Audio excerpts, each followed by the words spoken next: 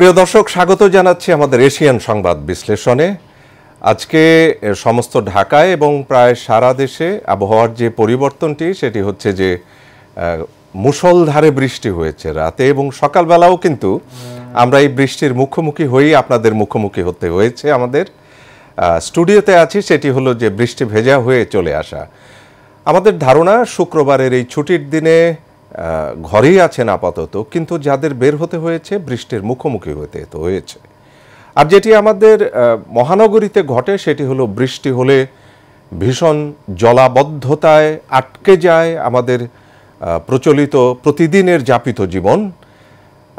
এই বিষয়টির কোনো রকমের সুরাহা আমরা এখনো পাইনি, যত ধরনের পরিকল্পনাই করা হয়েছে না কেন।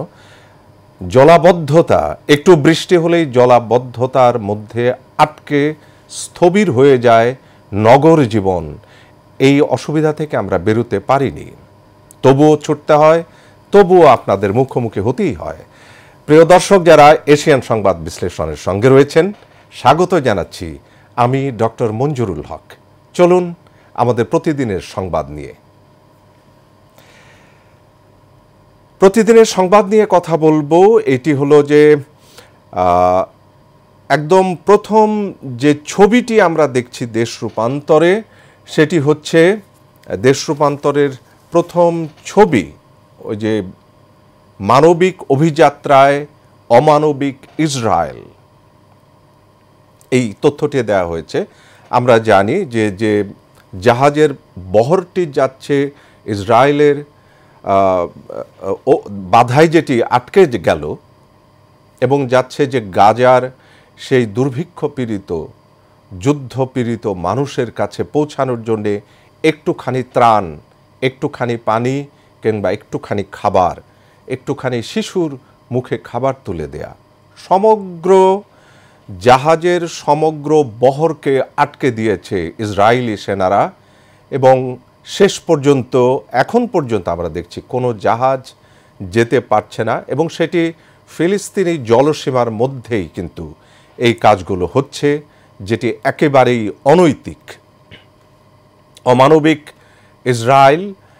এই বিষয়টি এসেছে একটুখানি আমরা দেখি। ইসরায়েলের অবরোধে ভেঙে গেল গাজায় মানবিক সহায়তা পৌঁছে দিতে যাত্রা করা আন্তর্জাতিক নৌবহর সুমুদ ফ্লোটিলার অন্তত 40টি নৌযান আটক করেছে ইসরায়েল। দেশটির পররাষ্ট্র মন্ত্রণালয় জানিয়েছে যে নৌবহরে থাকা যাত্রীদের সবাইকে তাদের হেফাজতে নেওয়া হয়েছে। তারা সবাইকে হেফাজতে নিয়েছে এবং তারা আশদোদ বন্দরে পৌঁছাবে। আমরা ঠিক তার পাশেই ছবি দেখছি ফ্লোটিলাতে, সুমুদ ফ্লোটিলাতে যারা যারা গিয়েছেন, এমনকি বাংলাদেশ থেকেও কিন্তু প্রতিনিধি রয়েছে এই যাত্রায়। তাদেরকে বসিয়ে রাখা হয়েছে ইসরায়েলি সেনাদের কাস্টোডিওতে। একটি অত্যন্ত অমানবিক দৃশ্য আমাদেরকে দেখতে হয়েছে। তবু ভারতে রপ্তানি বেড়েছে। রপ্তানির কথাটি এখানে এসেছে। ভারতে বাংলাদেশের পণ্য রপ্তানির আয় 2023-24 একটি আয় দেখানো হয়েছে। অর্থ বছরগুলো দেয়া হয়েছে 24-25, 25 জুলাই আগস্ট 25, এপ্রিল জুন 2025। এই একটি গ্রাফ দেয়া আছে, ছবি দেয়া আছে। বলা হয়েছে আওয়ামী লীগ সরকারের পতনের পর থেকে ভারতের সঙ্গে কূটনৈতিক সম্পর্কটা শীতল হতে থাকে। সম্পর্ক প্রভাবিত হওয়ার পাশাপাশি বাণিজ্যিক সম্পর্কে তিক্ততা ছড়ায়। দুই দেশ পরস্পরের বিরুদ্ধে নানা পদক্ষেপ নেয়। নির্দিষ্ট কিছু পণ্য রপ্তানি আমদানির ক্ষেত্রে পরস্পরের উপর অশুল্ক বাধা আরোপ করে। তবে এই সব কিছুর পরেও ভারতে রপ্তানি কমেনি, বেড়েছে। নানা দেশের সঙ্গে সংযোগটি কমেনি। আচ্ছা, আমাদের একটি কষ্টকর সংবাদ আছে, সেটি হলো ভাষা সংগ্রামী আহমদ রফিকের জীবনাবসান। কবি, প্রাবন্ধিক, গবেষক, রবীন্দ্র গবেষক আহমদ রফিক 1929 সালে জন্মগ্রহণ করেন এবং তার শেষ নিঃশ্বাসটি আমরা দেখছি 2025 সালে। ভাষা সংগ্রামী আহমদ রফিক ইন্তেকাল করেছেন গতকাল বৃহস্পতিবার রাত 10টা 12 রাজধানীর বারডেম হাসপাতালে চিকিৎসাধীন ভাষা সংগ্রামীর ভেন্টিলেশন সাপোর্ট খুলে চিকিৎসক তাকে মৃত ঘোষণা করেন। আমাদের ভাষা সৈনিকরা একেবারে চলে যাচ্ছেন, একে একে সবাই চলে যাচ্ছেন, আর হয়তো আমরা ভাষা সৈনিকদের খুঁজে পাব না। এই খবরটির সাথে দেশ রূপান্তর আরও কিছু খবর দিল। মজার খবর আছে একটি, সেটি হলো আমাদের ক্রীড়া নিয়ে খবরটি পড়া মানে আমরা জানাবো আরও, কিন্তু এখন যে ছবিটি আমরা দেখাচ্ছি সেটি হলো আফগানদের বিপক্ষে পারভেজ হোসেন তানজিদ তামিমের উদ্বোধনী জুটিতে 109 রান জয়ের ভিত গড়ে দেয়। আর ওদিকে আমাদের মেয়েরা ক্রীড়ায় কিন্তু একটা বিশাল সাফল্য দিয়েছে, এই খবরটি আমরা জানাবো। চলুন অন্যান্য পত্রিকার দিকে আমরা একটু তাকাই, কেমন?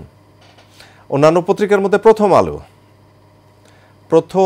আলো যে একদম তার হেডলাইন, যেটি ইসরায়েলি আক্রমণের মুখে ফ্লোটিলাও, গাজার বাসিন্দাদের নতুন করে হুমকি, হত্যাযজ্ঞ চলছেই, গাজা অভিমুখে ত্রাণবাহী মানে নৌবহর যেটি সেটিকে থামিয়ে দিয়েছে ইসরায়েল। আমরা এখানেও সে একই ছবি দেখছি, আমাদের যারা ত্রাণ নিয়ে যাচ্ছেন তাদেরকে আটক করে রাখা হয়েছে, ডেকের উপর বসে থাকার একটি ছবি। আর ওপরে নিচে যে সব ছবি সেটা হলো গ্লোবাল সমুদ ফ্লোটিলা নৌবহরে ইসরায়েলি সৈনিকদের উঠে যাবার ছবি। আচ্ছা, ডান পাশে যে খবরটি রয়েছে জুলাই সনদ নিয়ে, মনোযোগ জুলাই সনদে আছে, কিন্তু সেই সঙ্গে নির্বাচনী ঐক্যেরও কিন্তু চিন্তা রয়েছে। আর এদিকে খাগড়াছড়ির সহিংসতা, এটি নিয়ে একটি সংবাদ করা হয়েছে। 4 দিন পর পুলিশের 3 মামলা, আসামি সহস্রাধিক। প্রিয় দর্শক, আমরা খাগড়াছড়ি পরিস্থিতি নিয়ে আমাদের আলোচকের সঙ্গে যুক্ত হবার সঙ্গে সঙ্গে আমরা আপনাদেরকে এই বিষয় নিয়ে কথা বলার চেষ্টা করব। খাগড়াছড়িতে সহিংসতা, আমরা দেখছি যে এর নানা রকমের খবর আসছে, বাঙালিদের কথা আসছে, পাহাড়িদের কথা আসছে। ভাষা সংগ্রামী আহমদ রফিকার নেই, এই খবরটিও আমরা পেয়েছি প্রথম আলোতে। ফেনীতে মামলা নিয়ে বহু স্তরের বাণিজ্য। মামলা নিয়ে বাণিজ্য কেন?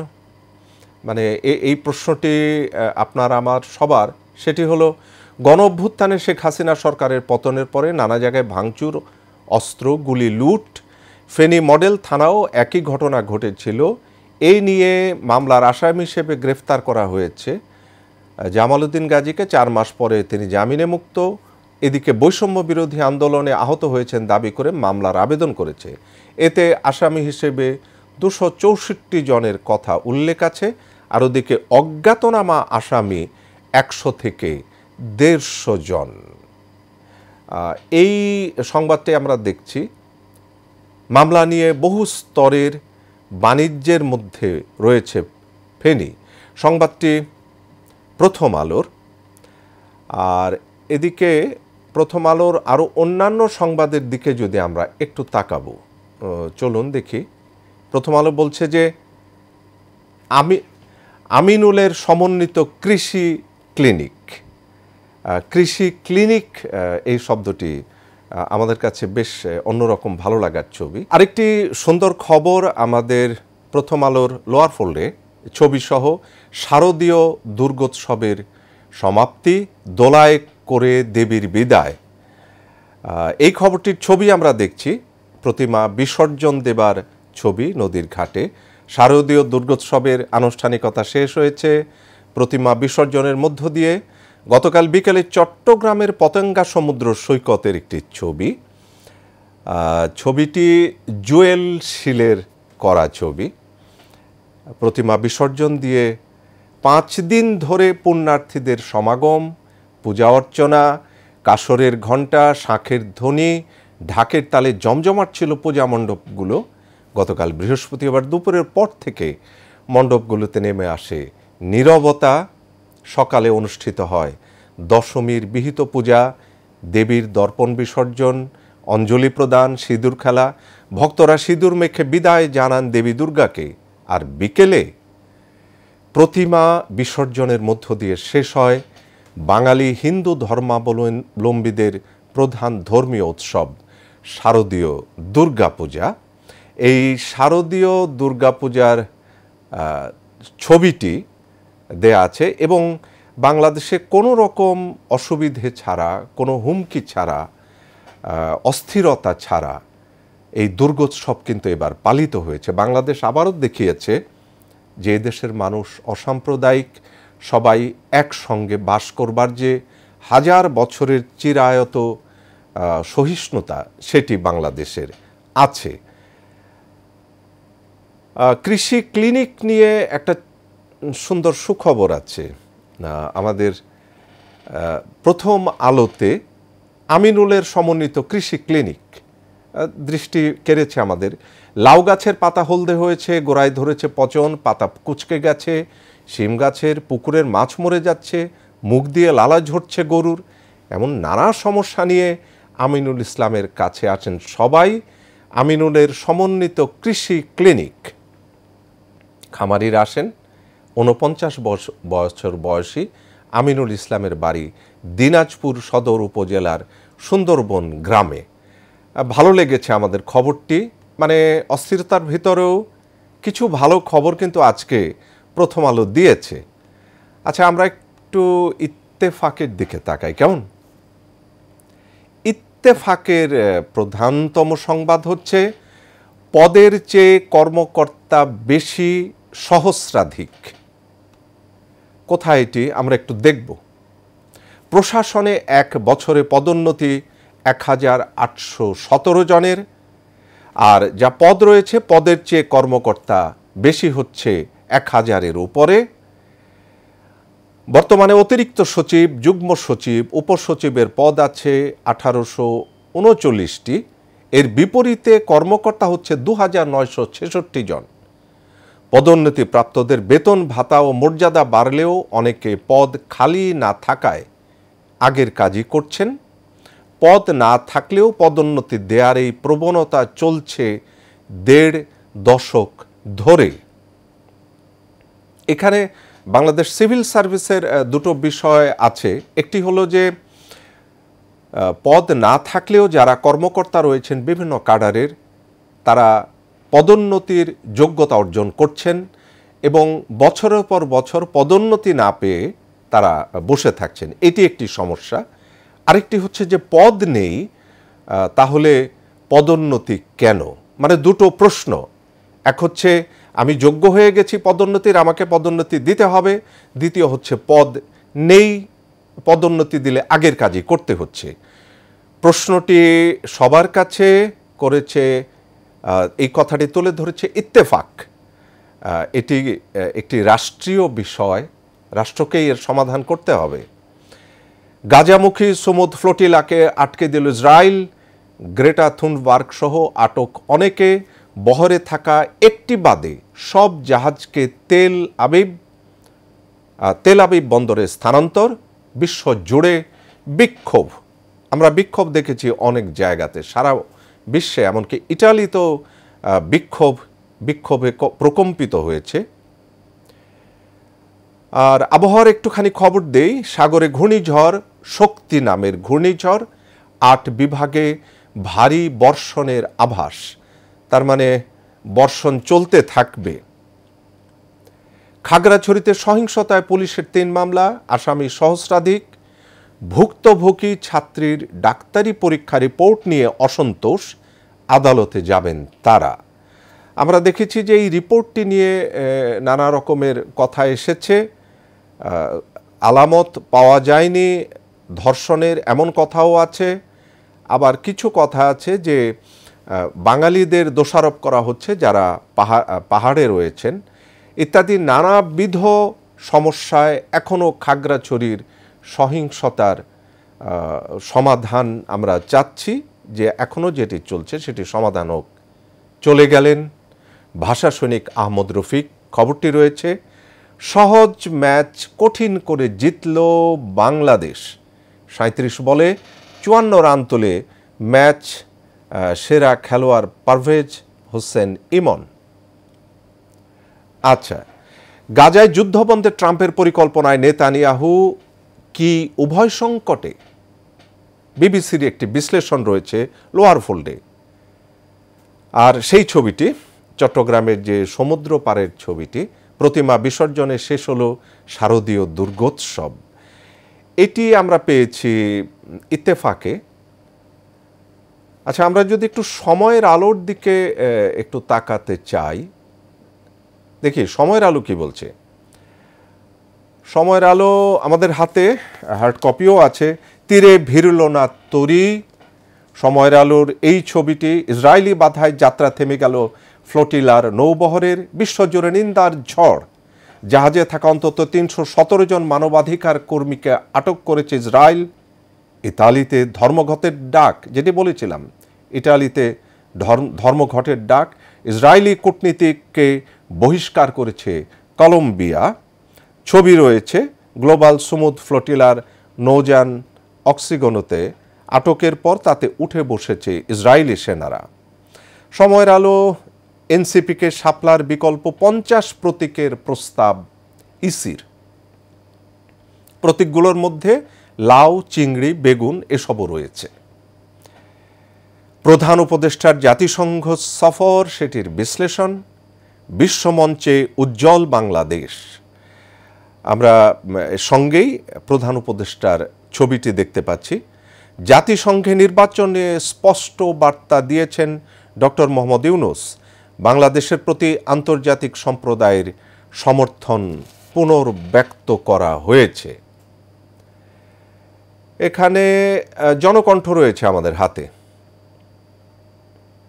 জনকণ্ঠ, বিদেশ যাত্রায় ভিসা সংকটে বাংলাদেশিরা, এটিকে জনকণ্ঠ তার প্রধান সংবাদ করেছে ১, ২, ৩ কলামে, লাল হেডলাইনে, লাল কালির হেডলাইনে। তার মানে এটি অত্যন্ত গুরুত্বপূর্ণ একটি বিষয়। আর এখানে গাজাগামী নৌবহর ইসরায়েলি হামলা, কয়েকশো মানবাধিকার কর্মী আটক। প্রতিমা বিসর্জনে শেষ হলো শারদীয় দুর্গোৎসব। আর নিচে একটা চমৎকার ছবি আমাদের মেয়েদের। কলম্বোর প্রেমদাসা স্টেডিয়ামে বৃহস্পতিবার পাকিস্তানের একের পর এক উইকেট শিকার করে আনন্দে মাতোয়ারা বাংলাদেশের নারী ক্রিকেটাররা। এই খবরটি আমরা জনকণ্ঠে পেয়েছি। মোটামুটি আমাদের সবগুলো খবর আমরা একটু হাতের কাছে পেয়েছি। প্রিয় দর্শক যারা আমাদের সঙ্গে এতক্ষণ ছিলেন, তাদের আর একটি দুটি খবর দিয়ে আমরা শেষ করে দেই। নবীন প্রবীণে ২০০ আসনে তালিকা প্রস্তুত বিএনপির। এই গাজায় মানবিক সহায়তা আটকে দিল ইসরায়েল। শেষ করতে হচ্ছে। চলুন আজকের মতো শেষ করি। প্রিয় দর্শক, শেষের দিকে এসে একটি কথা আমাদেরকে খুব নাড়া দেয়। কতগুলো ভালো সংবাদ আমরা পেয়েছি। আমাদের মেয়েদের যে অগ্রযাত্রা খেলায়, সেটি আমরা পেয়েছি। আবার ওদিকে গাজায় আমাদের বাংলাদেশের থেকেও যে প্রতিনিধিরা গিয়েছেন, তারাও পৌঁছতে পারছেন না। সবগুলো সমুদ ফ্লোটিলা বহরের সবগুলো জাহাজ, ত্রাণবাহী জাহাজ আটকে দিয়েছে ইসরায়েল, যাতে করে গাজার বুভুক্ষ নরনারী, শিশুরা কোনো ধরনের খাবার সহায়তা না পেতে পারে। এই নৃশংসতা, এই অমানবিকতা বন্ধ হোক পৃথিবীতে। একটি যুদ্ধহীন পৃথিবী আমরা চাই। প্রিয় দর্শক, সেই পৃথিবীর প্রতীক্ষায় আগামীকাল আবারও দেখা হবে, কথা হবে আমারই সঙ্গে। আজকের জন্য সবার জন্য শুভ সকাল। এশিয়ান সংবাদ বিশ্লেষণে আগামীকালের জন্য আমন্ত্রণ জানাচ্ছি।